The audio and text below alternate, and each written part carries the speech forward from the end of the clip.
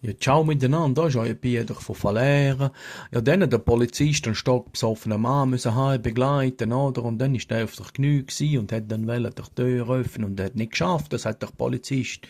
Ja, sind Sie sicher, ist das Ihr Haus? Ja, ja, klar ist das mein Haus. Klar, Moment noch.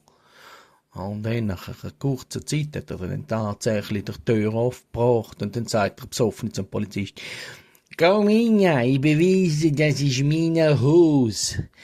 Siehst du das Klavier dort? Ja, das ist mein Klavier. Siehst du dort das Schlafzimmertür? Das ist mein Schlafzimmer.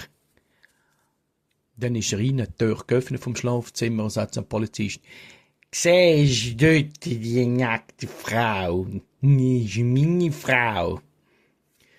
Und dann sagt er noch, und siehst du den Typ nebendran nackt? Das bin ich.